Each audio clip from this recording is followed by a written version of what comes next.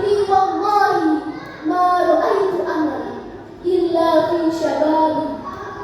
Sesungguhnya demi Allah, aku tidak melihat saat yang paling tepat untuk beramal kebaikan kecuali masa muda. Ditegaskan pula dalam surat Al-Anbiya ayat 60 yang berbunyi, A'udzu billahi minasy syaithanir rajim.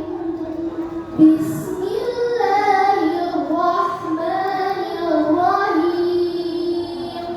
Qalu sami'na fatan yadhkuruhum yuqalu lahu Ibrahim. Mereka berkata, kami mendengar ada seorang pemuda yang mencela berhala-berhala ini, namanya Ibrahim.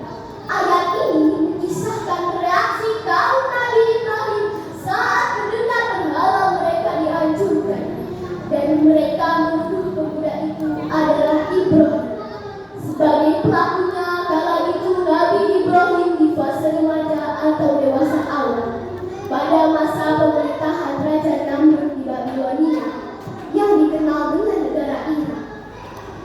Nabi Ibrahim adalah salah satu contoh sosok yang sangat berkarismatik dari mulai usia remaja ke tauhid yang sangat tinggi dan pemimpin yang teladan.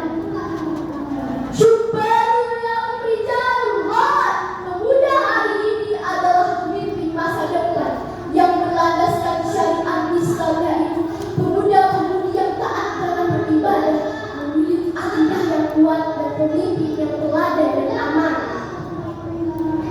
Sahabat-sahabat yang dirahmati Allah, maka dari itu kita sebagai generasi pemuda dapat mengajak bukan mendidik, merangkul, bukan memukul, dan mengamalkan Islam, bukan mentauhidkan yang sudah Islam.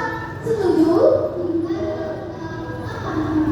Marilah kita menjadi generasi muda Islami yang baik, melawan kebatilan dan selalu menebarkan kebaikan, bukan malah mengubah keburukan. Itu saja yang dapat saya sampaikan. Jika terdapat kesalahan, mohon dimaafkan. Akhirul kalam, marilah kita sama-sama berdoa di bulan Syawal yang mulia ini.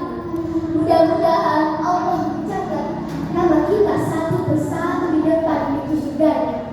Amin.